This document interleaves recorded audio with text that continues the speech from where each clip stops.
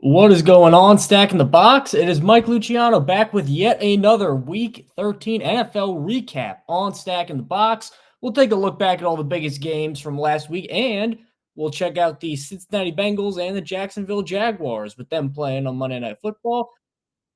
Dive into both of those teams. So, without further ado, as always, you can find us on Apple Podcasts and Google Podcasts, Spotify, Overcast, all the podcast spots. We're there, and we're on YouTube at Stacking the Box. Make sure you give the stream a like. Make sure you give us a 5-star review on Apple Podcasts. Again, not for ego, just to drive us up those review charts. Business end of things, baby. So let's just dive right into the games because this was a week I didn't think was going to be that good, honestly, outside of one or two games, and was I pleasantly surprised. Now, the one game I did have expectations for, admittedly, was Philadelphia-San Francisco, and boy, did it deliver. Not how I thought it would be delivered, but it delivered nonetheless.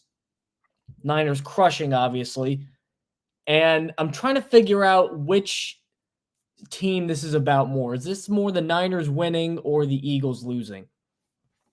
I think it's more Niners winning, mostly because when they're healthy, because they had that weird 3-game malaise in the middle of the year, but that guys were hurt. Debo was hurt. Trent Williams was hurt.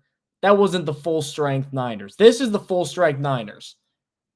And what we're seeing from them, not only does it have the normal Kyle Shanahan creativity, along with the best running back in the league, Christian McCaffrey, the best yard after catch receiver in the league, Debo Samuel, certainly the best in the NFC. Maybe Tyreek is the only other one that can top him there.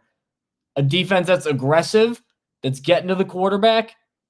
Like, when they're on, I said this earlier in the year, maybe it came back to bite me in the ass a little bit because they had that stretch, but when they're healthy, where do you attack?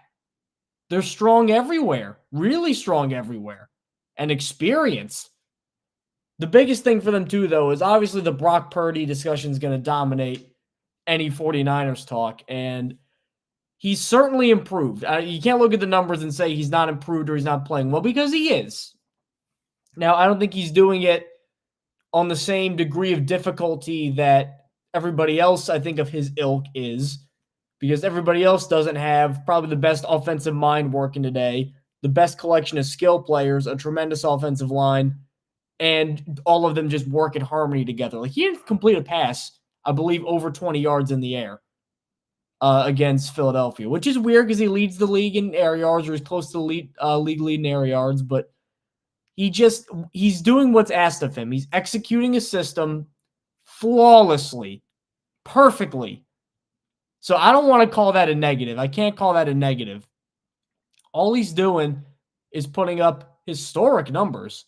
I believe this was just his 17th start in the regular season. He's already got 36 touchdown passes. I mean, these are numbers that just boggle your mind. Like, he shouldn't be doing it, but he is doing it. So if Purdy is even half this good down the stretch, I mean, can you say anybody except the Niners are the favorites? Because the only other team I could see was Philly, and they just got the brakes beat off them. Going to Philly, though, the people are going to use this as a game to kind of dance on Jalen Hurts, because Hurts struggled. He didn't really look like himself. He had time, actually, a lot in this game. Nobody was open. He wasn't making plays. I think that's mostly immaterial. Jalen Hurts is a fine quarterback. I don't have any problems with Hurts, least of all after this game. The problem is, I think this defense, which I've been banging on about for God knows how long, I think the cracks are starting to show. Now, they signed Shaquille Leonard, formerly Darius Leonard, the artist formerly known as Darius Leonard. They brought him in to shore up their linebacker group. I don't know if that's going to make much of an impact because of how, not washed, but how much in decline Darius Leonard is. But, I mean, that was a brutal showing. Like, you give Kyle Shanahan a bad linebacker group, he's going to put up 40 points every single time. Secondary, quite disappointing. I know they got Kevin Byard, but he alone can't fix anything. Bradbury, I know, had a good game in coverage, but Darius Slay, certainly not his best effort. Bradbury this year, I think, has been lacking.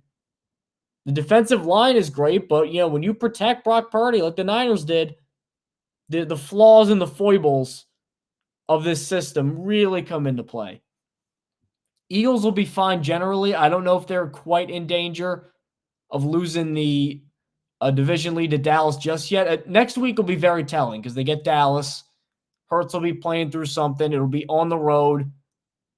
My prediction will be whoever I think wins that game will end up winning the NFC East. Now, the Eagles lucked out because they get Giants, Cardinals, Giants to end the year, but I just have a tough time seeing this version of an Eagles team, as fine as they will be, getting back to San Francisco's tier. Because, I mean, that was a butt kicking on the road.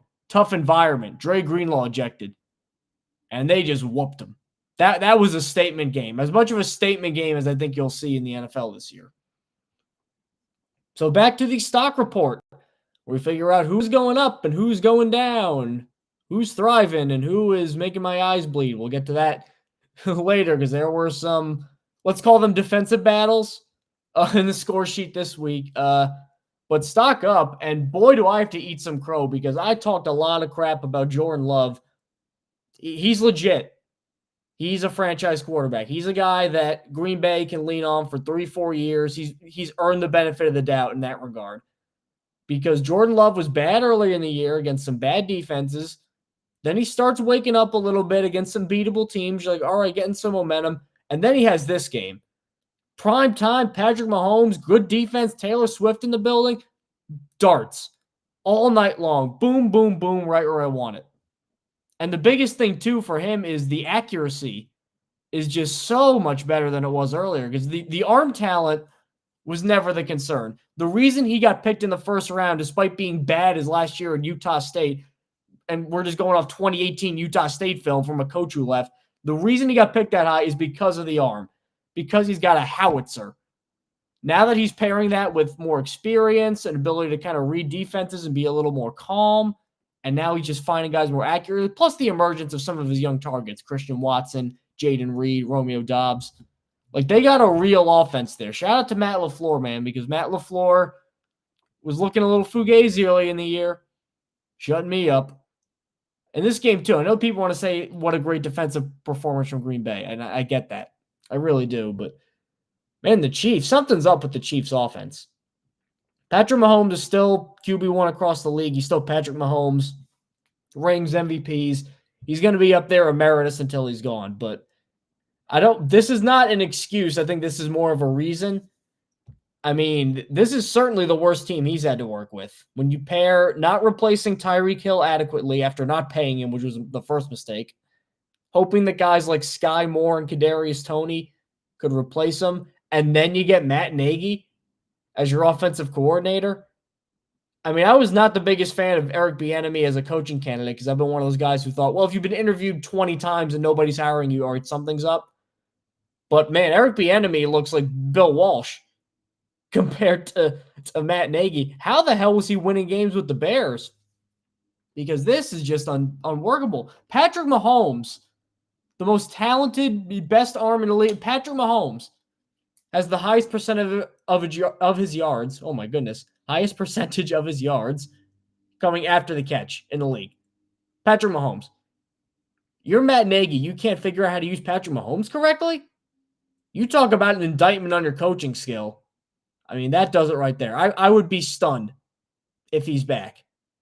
Maybe Andy Reid takes a bigger role. Maybe they promote internally. You can't bring Nagy back after this year. Now, the Chiefs are going to make the playoffs. Like, they're still going to be good because Patrick Mahomes is that good. But it's literally just Mahomes and Kelsey and pray the defense makes stops at this point in the year, which is not where I thought they'd be. I also didn't think the Patriots would be this damn bad. 6-0. The Patriots, to Bill Belichick's immense credit, shut down Justin Herbert. This is now the fourth week in a row the defense has been amazing. They've allowed 46 points in the last 4 games, and they've lost all of them. The first time since 1938. Leather helmet, Arnie Herber, Don Hudson, teams that don't exist anymore, no face masks. That was the last time a team has allowed 10 points or fewer in 3 consecutive games, and they lost all of them. Congratulations, Patriots. Boy, Bill O'Brien. I mean, I didn't think highly of Mac Jones. I didn't think highly of Bailey Zappi beyond he's just a capable backup.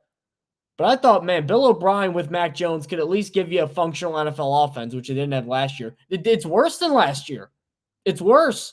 And now Mac regressing obviously has a lot to do with that because Mac Jones just made some horrendous benchable plays.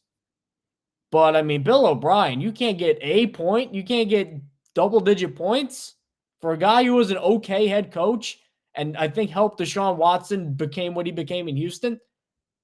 You're telling me that you do any of that? It's stunning what's happened. And the weird thing is, we'll get to the Jets later. The Jets can at least lean on everybody got hurt and we have terrible personnel. I don't think the Patriots do. Like, it's certainly not great, but Ramondre Stevenson, Ezekiel Elliott, that's a fine running back tandem. Juju's not very good, or at least anymore, but he's certainly a passable receiver, I think. Hunter Henry, good tight end. Like, they should not be this bad. Mac or no Mac, O'Brien, no O'Brien, they should not be this bad. It's shocking what has happened. Now, again, Caleb Williams, Drake May, supposedly there's a pot of gold at the end of that rainbow, but, man, the Patriots fans, welcome to hell, man. 20 years of Tom Brady. This is what the NFL's like. Sometimes you get bad teams like this. Hope you enjoy it. Maybe you'll get Caleb or Drake May. Maybe they'll be great. Maybe not. This is how most teams are. You don't get Tom Brady for 20 years. This is what happens. Going to Colts-Titans, I talked about last week Kevin O'Connell is a Coach of the Year candidate for keeping the Vikings alive despite the injuries. I mean, Shane Steichen, take a bow, man. He was brought in to make Anthony Richardson amazing. And Anthony Richardson got hurt immediately. And he rolls with Gardner Minshew, totally different player, system-wise. Like, you have to, totally different scheme for Richardson and Minshew. Did it on the fly. He's helped a bad defense, I think, play a lot better recently. And they just keep winning games. Beating the Titans, who for some reason are weirdly good at home, the Titans, with Tannehill and Levis. They're weirdly good at home. Steichen comes in on the road, beats him. Minshew had some mistakes, but he just keeps making enough plays to where you can't really give up on him. Why can't the Colts be in the playoffs? I don't see why not. Pittsburgh, struggling. Cleveland, struggling. Jets, out of it. Texans, another rookie quarterback, rookie coach. I don't know if they're going to fade down the stretch. Why can't they be in the playoffs? I know they have, and you know what? They beat the Ravens. When they play good teams, they give them a handful. Steichen, I think we're also realizing, number one, how incredibly important he was to the Eagles last year, how important he's been to the Colts this year, and the fact that this guy is a rising star in the coaching ranks. I mean, we're going to be talking about him as a top 10 coach, I think, very soon. Because if he's doing this with Minshew on the fly, imagine what he's going to do with a healthy Anthony Richardson, if Richardson's this guy we think he is. Look out in Indy, man. The AFC South's going to be fun. If Will Levis, who was really inconsistent, but like he had the wow moments against the Colts, if Will Levis is good and the Titans end up being kind of what they've been, then you get Levis and the Titans, Anthony Richardson and the Colts, CJ Stroud and the Texans, and Trevor Lawrence and the Jaguars, all in the same division. I mean, that's going to be a Thunderdome for years and years and years. And after a bunch of slop in that division for how long? I can't wait. Lions Saints. My faith in Derek Carr, man, it's being tested.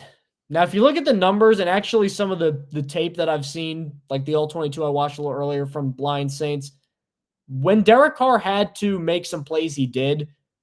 And generally, I think he's still pretty good. I think he's still weirdly gun-shy for a guy who's got as good of an arm and as accurate as he is. He's way too easy to take checkdowns and avoid picks, and I'd like him to cut it loose a little bit more. But this game was lost in the first quarter. Detroit went up 21-0. Carr threw a pick immediately, put them in bad positions, and no matter what he did, that's tough to crawl out of a 21-0 hold that early. So as much as I want to give Detroit a ton of credit for stepping up after a pretty tough Thanksgiving Day game in front of everybody against the Packers, they came out and they 33 points on the road against a team fighting for a division title. Good performance. But, man, Derek Carr, this was as winnable a division as you're going to get. And you went from 5-4, and now you've lost 3 in a row. The Falcons are now a game up on you. Tampa Bay is still very much in the hunt. You can't count them out either. I mean, talk about blowing a golden opportunity, man. And the Saints really can't get out from under this contract, so we'll be back next year. I don't know if Dennis Allen will be back. I don't know if Pete Carmichael will be back, but Carr's got to step it up, man. Because I defended him a lot with the Raiders because a lot of the crap that went on there was not his fault. But now you're in New Orleans and you got players around you. Got to play a little better than that. Dolphins Commanders.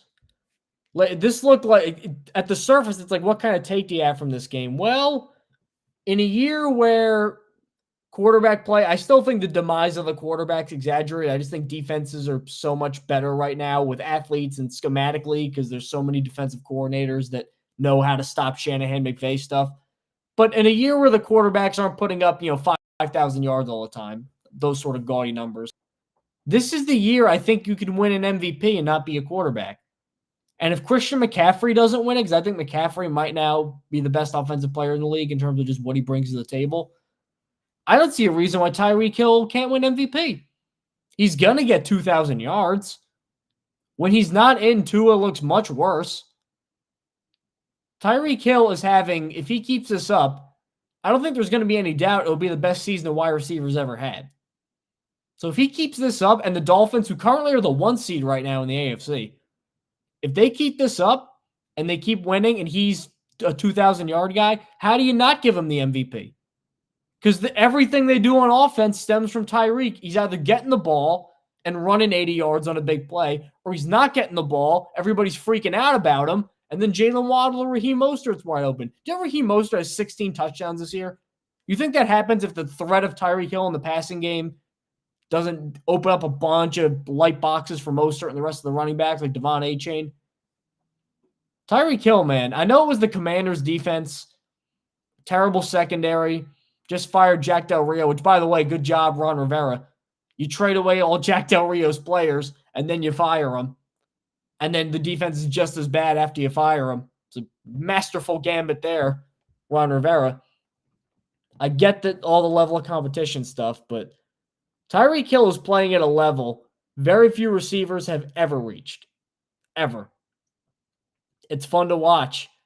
Even if you're not a fan, if you like football, you can't tell me that offense is the most fun to watch thing in the league right now. What's not fun to watch? Oh my goodness. New York Jets. Losing to an Atlanta Falcons team, they only gave up 13 points, and 10 of those points came on drives, I believe, where the Falcons started in Jet territory. 8 points, 2 field goals, and a safety, so no touchdowns again. They have not scored a non-garbage time touchdown since week 8. They only have 10 offensive touchdowns on the year. If you look by EPA, this is the worst offense since 2000, which is as far back as EPA tracking will go. They're not going to fire anybody because they didn't get to work with Aaron Rodgers, so they're probably going to get a mulligan. So Jets fans just got to ride this out, man. Made even worse by a report earlier today that Zach Wilson doesn't want to go back in because he's afraid of getting hurt, which was quickly refuted. And then now it's just he said, she said reporting. Man, this is a dire straits right now. Aaron Rodgers started for this team 85 days ago when he got hurt. And in 85 days, this team went from a legitimate Super Bowl contender. That's not me making it up. There were talks about the Jets as a Super Bowl contender. They went from that, and then in 85 days, they have now played 4 quarterbacks. They have the worst offense in the league in terms of EPA. They have 10 offensive touchdowns. They've let an amazing defense go to waste again, and now there's players don't want to go in the game because they don't want to get hurt. I feel bad for Robert Saleh. I really do. I think he's a really good coach, and I think he's gotten screwed because he can't get an NFL quarterback. And then he gets one, and he gets hurt in 4 plays. I'm not a big fan of firing just the GM and not the coach, but Joe Douglas, man, your time is up. Next year, they're going to bring everybody back. Playoff mandate. And even if Aaron Rodgers gets hurt, you better get an A1 backup because you know what could happen if you don't. I don't care what happens next year. Rodgers, Saleh, Hackett, he's probably going to be back. Douglas. You don't make the playoffs next year, everybody's gone. I think that's perfectly reasonable, especially coming off this year, which is now going to be the 13th in a row where they haven't made the playoffs. I mean, it was a gritty win for the Falcons. They're in charge of the division, but this is not a win for the Falcons. This is not a Falcons game. This is, holy crap, the Jets, who've now played 7 different quarterbacks in the last 2 years. And every year Robert Saleh's been the coach, they've played 4 quarterbacks. It's tough, man. It's sad because this team could have been so good, and then just fate, the Aaron Rodgers injury ruined it. And now fans, Jets fans and casual observers have to watch Tim Boyle, Trevor Siemian, and Zach Wilson try to outsuck each other, which that's no fun for anybody. Now we're into rapid fire takes, where we look at the remaining 4 games on the schedule and figure out what the hell happened there, starting with Arizona-Pittsburgh. Kenny Pickett hurt again. 4th time this year, 4th time in his career, I believe he's left to start due to injury. So I think Steelers fans got to be concerned about that. The Cardinals, I've been weirdly invested in the Cardinals this year, and I don't know why. I think it's because for some reason everybody pretended like they weren't even a real team at the beginning of the year, that it was just a foregone conclusion that they were going to get one of Caleb Williams or Drake May and Kyler Murray would be gone. And you know what? And they also were making fun of Jonathan Gannon, who, coordinated a defense that got to the Super Bowl. And then, oh my God, he struggled against Patrick Mahomes. How dare he? Like, everybody said, oh, it's going to be the worst coach ever. Like, I've become weirdly invested in them. And you know what? Kyler Murray, since he's come back, I got to give him credit. Like, the numbers won't blow you away. 3 touchdowns, 2 picks, passer rating 81.7, but he's run pretty well. Coming off an ACL injury, too. Adapting to a whole new offense, because they hired Drew Petzing from Cleveland. They wanted to run the Browns offense, which is all under center play action stuff. Kyler Murray was an air raid guy. So big change on the fly off an injury with a bad team that nobody respects. And you know what? Since he came back, they're 2-2. They beat a Falcons team that would be in the playoffs right now if the season ended. They beat the Steelers in Pittsburgh. That's a quality win. With that defense, that's a quality win. And even the losses, one of them was to Houston, who's everybody's darling right now, and they were right there until the end. Cardinal, if they keep Kyler Murray, and maybe I think they're still bad enough where they end up either getting Marvin Harrison Jr. or maybe they trade down and get a haul. I don't know. If Kyler is back to being the Kyler who made a bunch of Pro Bowls with Kingsbury, you could have a real quick turnaround on this thing. There's something there. And beating a team like the Steelers, I think, kind of confirms that. Texans-Broncos. CJ Stroud, I don't want to say hitting a wall because that's unfair, but he didn't have his best game against Denver. But I really don't think this is another Texans game, because the Texans, I got to give them credit, 7-5. I love watching Stroud. I love watching DeMeco Ryans. They are so goddamn fun. I hope they're really good forever. Okay, good. Denver, man. I've been saying this for a while. Russell Wilson is playing 10 times better than he was last year with Nathaniel Hackett. I got to give him credit for that. Sean Payton, he's a quarterback guy. He's got the quarterback working. Credit. When I saw some of the numbers that Wilson was putting up and some of the ways he was being discussed, I'm like, all right, some of it's a little fake. Can you give me that? And then this game where he throws 3 interceptions, 2 of which were really, really bad, including one at the end of the game in the end zone. I think this kind of finally showed what I've been saying about the Broncos for God knows how long. Russell Wilson's better. Nobody's saying he's not better. But the whole, Pro Bowl talk or all the issues are fixed, that was a little silly, in my estimation. And I think he confirmed it. I think he confirmed it in that game. I still don't have any problems with Denver generally. I think they're a legitimate playoff team at this point because of how wide open the AFC is. But Russ, that was tough. That was tough, Russ. Cowboys, Seahawks. For some reason, can someone on this stream please enlighten me? Why on God's green earth, after Geno Smith put up 4 touchdowns and 35 points on the road in Dallas against Micah Parsons and that defense and Deron Bland with a bunch of injuries on his offensive line, how could he have done all of that? And somehow the discussion is, well, Seattle might need to move off Geno Smith. Are you even watching these games? Geno was amazing. Do I think they're probably going to go on a deep playoff run? No, because they're eventually going to run into San Francisco, Philly, or Detroit, or maybe Dallas again, who I think will give them a better shot. But my God, I mean, the way Geno Smith is being discussed, he's balling again. What more do you want from the guy? Genuinely, what more could he have done? Well, he messed up on the last drive at the end of the game. Right now, you're nitpicking individual drives. When you scored 35 points on the road, you scored 35 points. You got to win that game. Defense couldn't stop a nosebleed. And I don't want to make it just seem like the defense handed Dak the win either, because as much as I talked about Tyreek Hill as an MVP guy, I mean, I think he's competing with Dak. Dak Prescott, I know that there's the Cowboys quarterback tax. So people just go, oh, is Dak Prescott any good or whatever? Can he win the big one? I hate these discussions. Of all the quarterbacks to be talked like this, Dak, who for my money, and I'll stand on this, is a top 5 quarterback in the league right now. To tell me who's number 5. I mean, it seems like they agreed on top 4. I mean, with Burrow being hurt. I think Burrow being hurt, if you take him out, I think Dak's in the top 5. So he's number 6 healthy. But, I mean, he's just playing elite football. He's dialing up deep plays consistently, accurate, making plays on the move. CeeDee Lamb looks great.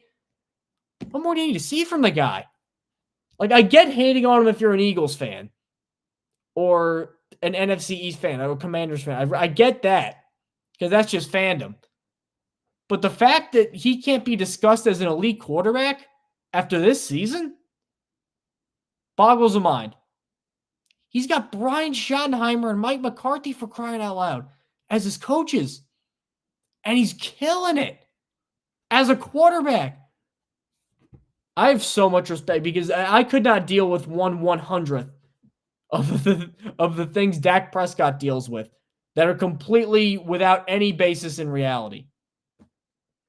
I don't know if this will be the year the Cowboys finally break it open, but I will say this. This is certainly Dak's best year. If they lose in the postseason, it won't be because of Dak. I feel very confident in saying that right now. Bucs-Panthers. The interim bump, it looks like, for Chris Tabor coming in for Frank Reich lasted for a little bit. Baker Mayfield definitely looked off against a Panthers defense that I still think is weirdly good. Ejiro Rivera's a great coordinator. I like Brian Burns. I like J.C. Horn when he's healthy. Never seemingly is. I like Jeremy Chin when he's healthy. I want to see this team be good. And then Baker Mayfield hit that touchdown to Mike Evans, and then all the air came out of the balloon for Carolina. And I'm not sounding the alarm on Bryce Young just as a quarterback yet. I still think that the playmaking is there. I still think he's in an awful situation. But Bryce, man, you got it. Something's got to happen soon, man. Like, you're running out of time. If he were picked forget the first, if he was picked number 24 overall, same situation, same everything, 24th, I think he would have been benched by now. And not benched in an irrevocable, we're done with him forever way, but in like a, hey, man, just take a minute, cool off. We'll preserve you. We'll try again next year. I really think that would happen. But because he's the number 1 pick, he's going out there every week, and it's just not getting any better at all.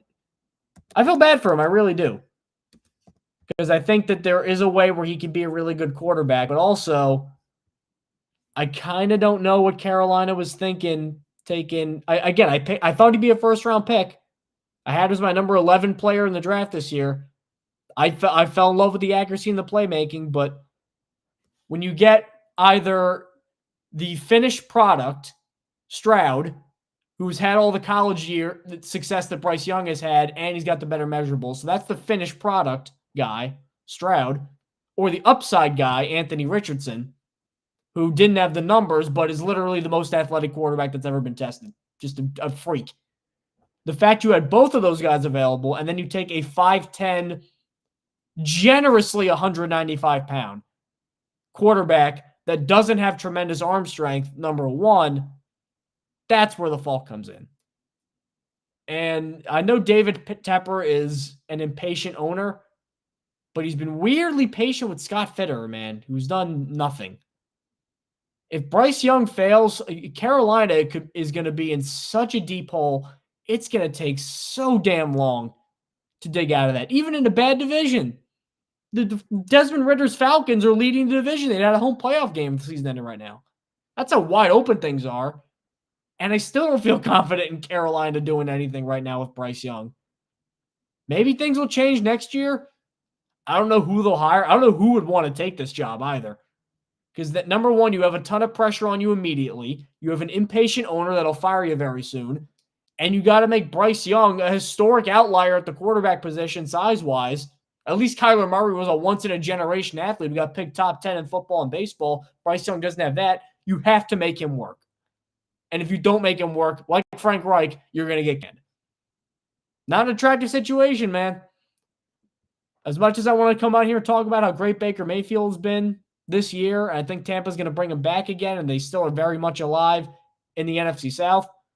With every week, I just keep losing confidence in Bryce Young. Because, like, I've seen people use comparisons to guys like, I don't know, Trevor Lawrence in his rookie year, even Josh Allen in his rookie year. Like, Peyton Manning is the big one, too. Peyton Manning's way too back in the past. But let's just look at those two. Like, you saw the flashes with both of them where it's like you knew they were going to be good. It was very obvious that they were going to be good. You just needed the right people around them. Now, Josh Allen got that with Sean McDermott and Brian Daboll early in his career. Trevor Lawrence got that with Doug Peterson. Maybe Bryce Young will get that with Ben Johnson or whoever the hell they hire. But right now, he is swimming upstream with his 5'10", 190-pound arms. And it's brutal. Rams-Browns. I think this just confirms in my mind that the demise of Sean McVay was greatly exaggerated. Even last year, the awful year where everything blew up, like that was because Stafford got hurt. And he was playing with guys who weren't NFL quarterbacks. Stafford comes back. He's running an offense. He's got Cooper Kupp. Even though he's banged up, he still looks like Cooper Kupp. I think he'll eventually get back to being close to what he was at his peak. And he's got Puka Nacua with a 1,000-yard season. He might be an all-pro at this rate. The Rams are 6-6. They are very much alive for a wild card spot. Don't tell me they can't make a wild card spot. They have experience. They have a great quarterback, who I still think is top 10, and Matthew Stafford. A coach who's won a Super Bowl, who's a great offensive mind. A defense who I don't think is very good, but Raheem Morris has them playing opportunistic. Aaron Donald looks reinvigorated rather. Rams are for real. And this was not a little rinky-dink, little sisters of the poor defense they played. This is the Browns, the mighty Browns, whose defense is so good that Myles Garrett's getting Defensive Player of the Year hype, and it's so good that they think the Browns can make the playoffs with literally nobody at quarterback. P.J. Walker, Dorian Thompson-Robinson, Joe Flacco. Like, the only reason people are taking them seriously is because of the defense. And the Rams put up 36 points. Keep an eye on them, man. Objects in rearview mirror closer than they appear. Watch out for the Rams. And that is Week 13, almost completed because we got one more game left. And it's Monday Night Football. And I'm a little upset at this matchup because I thought we were going to get Joe Burrow and Trevor Lawrence duking it out. Obviously, Joe Burrow, with his hand injury or his wrist injury, whatever it was, he's out for the year, so we don't get that. But I still think it'll be a fun game. Let's start with Cincinnati first, doing a deep dive, because Jake Browning is going to be the starting quarterback. And for those that don't know, Jake Browning, if you look at his high school stats, they're comical. I believe he threw 94 touchdowns his last year of high school. It's insane. He goes to Washington, and he has one of the weirdest 4-year careers that I've ever seen a player have. Because he starts out with just normal, like, freshman year trials and tribulations at Washington. 16 touchdowns, 10 picks. Then he throws 43 touchdowns in 2016. 43. They go to the playoff, for crying out loud. And then he hurts his shoulder. The next 2 years, he combines his 35 touchdowns. And his yards go down. So he goes undrafted. Jake Browning, even in college, had a baby arm. He just did not have any arm strength. Everything floats. So why is he playing? Accurate, smart decision maker, and that's it. That's it. Because he doesn't have great athleticism. So the only reason he's in this situation right now, sees guys open, gets the ball out quick. That actually can win you games, especially with this defense that Cincinnati has. That can win you games. Won't win you a lot, but it'll win you some. Browning will also at least have the benefit of good infrastructure around him. I know the offensive line still stinks, but you could do a lot worse at running back than the Bengals have.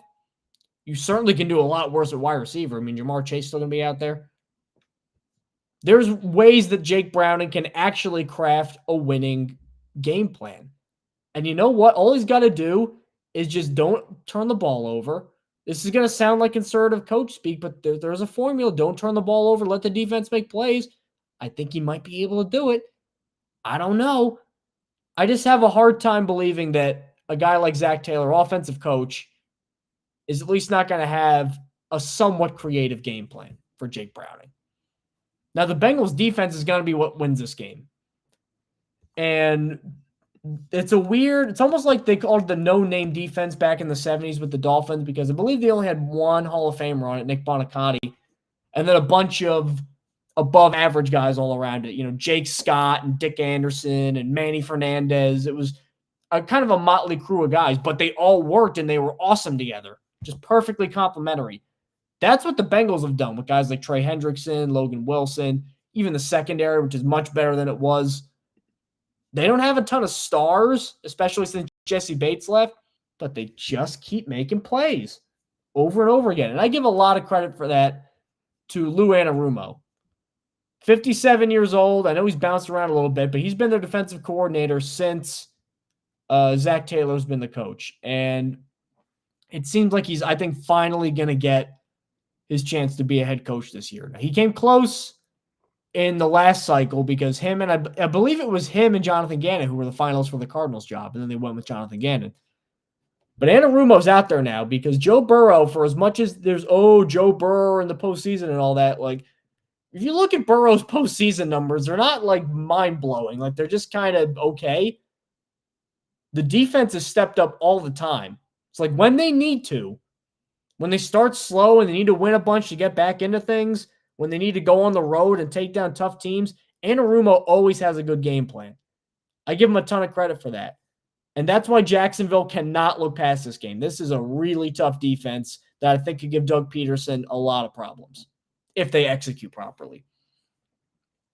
Going back to Jacksonville, I know quarterbacks, I discussed earlier how I hated the way Dak Prescott's discussed. The way Trevor Lawrence is discussed is very interesting to me too, because obviously when he came in, he got the generational tag. Andrew Luck, John Elway, guys like that. He was getting that hype. And to me, I honestly, there were some flaws he had, and he still has right now. I think he holds on to the ball too long sometimes. And I think while he's got a great arm, sometimes he can trust it too much. But the way he's discussed, you would think it's like he's playing like Justin Fields when he's not. To me, when I looked at Trevor Lawrence, I'm like, all right, I don't know how great he's going to be. There's no chance he'll be bad.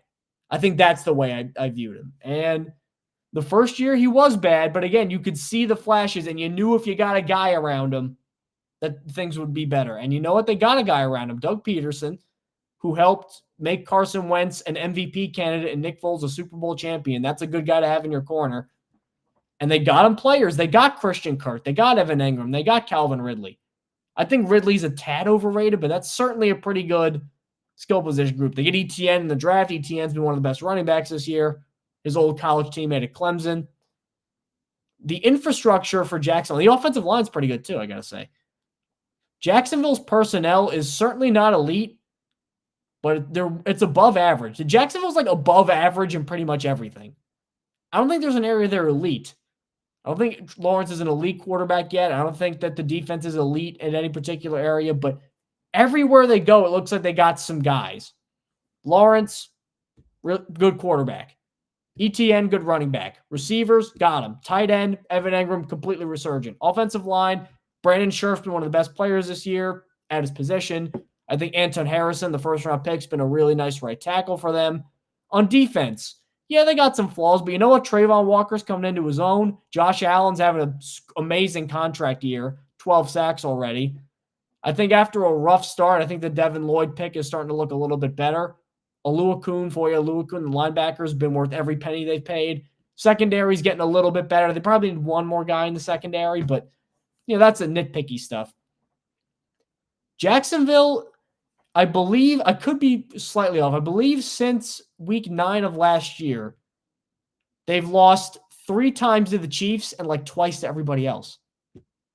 And one of them was the Niners game where everything just completely was a calamitous mistake and everything went wrong immediately. You almost want to write that off because it was so out of character. This team just keeps finding ways. Like if they win this game, I'm not 100% sure on the tiebreakers right now. I believe there's a good chance that they might be the number 2 or number 1 seed in the league. They'd be 9-3. So at worst, they're the 3. They could move up to 2 or 1. And Jacksonville, I don't know if they're a Super Bowl favorite right now. I think they're probably a year away. I think Lawrence needs to take one more step to become like a top 6 or 7 quarterback. I think they need one more really good defensive back, and I think one more really good receiver. But if they went to the Super Bowl this year, it would not surprise me for 1 second. Well coached, they got players. They're not like the craziest explosive offense, but they put up points every week. Lawrence is obviously getting a lot better. And I will say this to keep defending Lawrence. There have been teams that have dropped more balls this year, like the Chargers with Herbert.